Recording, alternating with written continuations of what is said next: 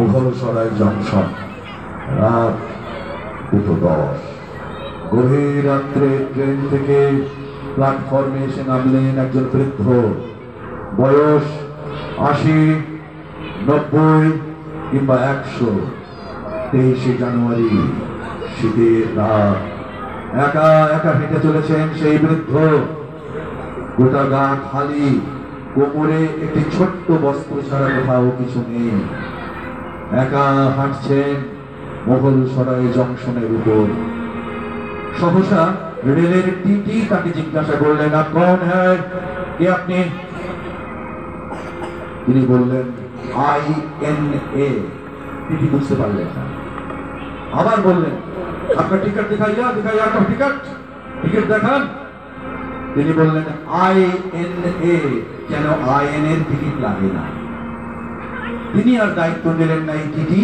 এবার তাকে নিয়ে গেলেন ঊর্ধ্বতন কর্তৃপক্ষের কাছে। ঊর্ধ্বতন মাথা থেকে পা থেকে মাথা পর্যন্ত ভালো করে দেখলেন। তারপর বললেন, আপনি কে? আপনি কি বাঙালি, বিহারি, তামিল, তেলেগু, মালায়ালি, কন্নড় কে আপনি? INA। তিনিও বুঝতে পারলেন না।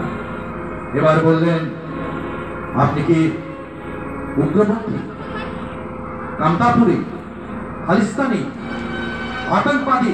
এই দেখো তো সার্চ করে শরীরে কোনো AK-46, 47 আছে কিনা, কিংবা গ্রেনেড লুকোনো আছে কিনা। শীতের রাত্রিরে যার শরীরে একটি কোটি বসন ছাড়া কিছু নেই, কোথায় লুকিয়ে রাখতে অস্ত্র? তিনিও দায়িত্ব নিলেন না। বললেন, যাও জিআরপি থানার লক আপে থাকো। হিম শীতল জিআরপি থানার লক আপে পড়ে রইল আমার নিরন্ন স্বদেশ, আমার বিপন্ন ভারতবর্ষ। রাত বাড়লে জমাদারনি দুটো পোড়া রুটি এগিয়ে দিলেন বৃদ্ধের মুখের দিকে। বললেন, বাবা আগে পোড়া নামানো তো। বৃদ্ধের চোখে জল নেমে এলো। দুটি পোড়া রুটি। জিজ্ঞেস করলেন জমাদারনি, আচ্ছা বাবা, আপনি কাউকে খুঁজে বেড়াচ্ছেন? কাকে খুঁজছেন? বৃদ্ধ বার করলেন একটা কাগজের টুকরো, 4টে নাম সেখানে লেখা। এদের খুঁজে বেড়াচ্ছি। শতচ্ছিন্ন বিবর্ণ কাগজ। এরা কারা? আমার আত্মীয়। আজ বড় দরকার, তাই খুঁজছি আমার আত্মীয়দের। প্রথম নাম Mohandas Karamchand Gandhi. That perceives everything. I feel it, though I do not see it.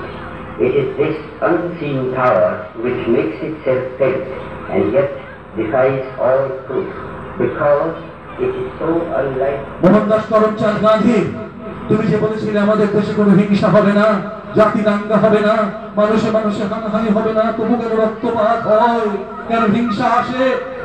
সর্বাধিনায়ক সুভাষচন্দ্র তুমি যে বলেছিলে মানুষে মানুষে ভাব থাকবে, প্রীতি থাকবে।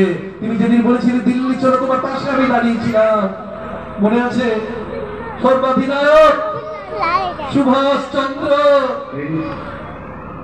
I would beg of you to remember the part which you and particularly students have played in the freedom movement in other countries. সর্বাধিনায়ক, শোনো, আমি যদি কারোর সামনে বলি আমি INA লোক, INA Indian National Army, Azad Hind ফৌজের লোক, আমাকে গালাগাল দেয়, জানো, আমাকে অপমান করে, গায়ে কাদা ছড়ে। আমার একই প্রাপ্য ছিল সর্বাধিনায়ক স্বাধীন ভারতবর্ষে। নেহেরুজি 47-এ আমাদের পতাকা যেদিন উড়িয়ে দিলে লাল কেল্লায়, সরে গেল ইউনিয়ন জ্যাক, ভারতের জাতীয় পতাকা পথ পথ করে উঠছে। আর সেদিন রাত্রে তুমি বলেছিলে বেতার ভাষণে,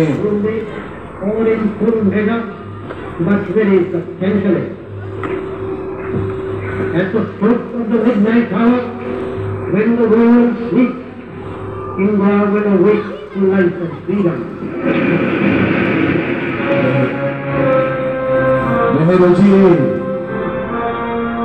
নেহেরুজি তারপর অনেক বছর কেটে গেল। স্বাধীনতার পর এখনো সব মানুষের অন্ন নেই, বস্ত্র নেই, বাসস্থান নেই, শিক্ষা নেই, চিকিৎসা নেই।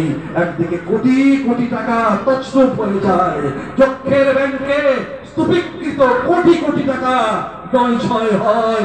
আর এখনো বিপন্ন রাত্রির এই হাটজেন বাজার স্টেশনে মানুষ পড়ে থাকে, মাথার উপর একটা ছাউনি নেই। কবে আসবে সেই সুদিন? তুমি যে সুদিনের কথা বলেছিলে, সব মানুষ খেতে পারে, অন্ন, বস্ত্র, বাসস্থান, শিক্ষা, চিকিৎসা পাবে, কবে আসবে? কবে? কবে নেহেরুজি, কবে? এবার জিআরপি থানার লকআপের ফাটক খুলে দেওয়া হলো। বৃদ্ধ এক পা করে বাইরে বেরিয়ে এলেন। দেখতে পেলেন চারিদিকে রেল লাইন, উত্তরে, দক্ষিণে, পূর্বে, পশ্চিমে শুধুই রেল লাইন। বৃদ্ধ ভাবছেন কোন দিকে যাবেন, পথ কোথায়? পথ বলে দাও।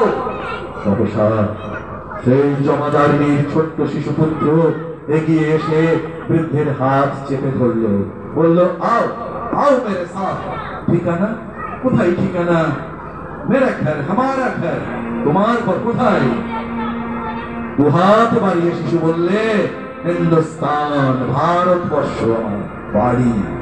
বৃদ্ধ দেখলেন সূর্য উঠছে, সূর্যের দিকে তাকিয়ে উচ্চারণ করলেন, জবাতু সমসন্তাসং রাষ্ট্রপেয়ং মহাদ্যুতিং হন্তারিং সর্বপাপগ্ন প্রণব তস্মৈ দিবাকরম।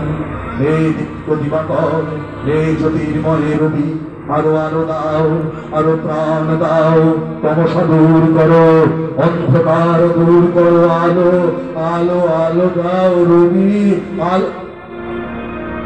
রবির কথা মনে পড়ে গেল আর এক রবির কথা, যিনি বলেছিলেন জয় হবে, মনুষ্যত্বের জয়, মানবতার জয়। যে জয় ধ্বনি শোনা যাবে চারিদিকে, হবে জয়, মানবতার, মনুষ্যত্বের হবে জয়।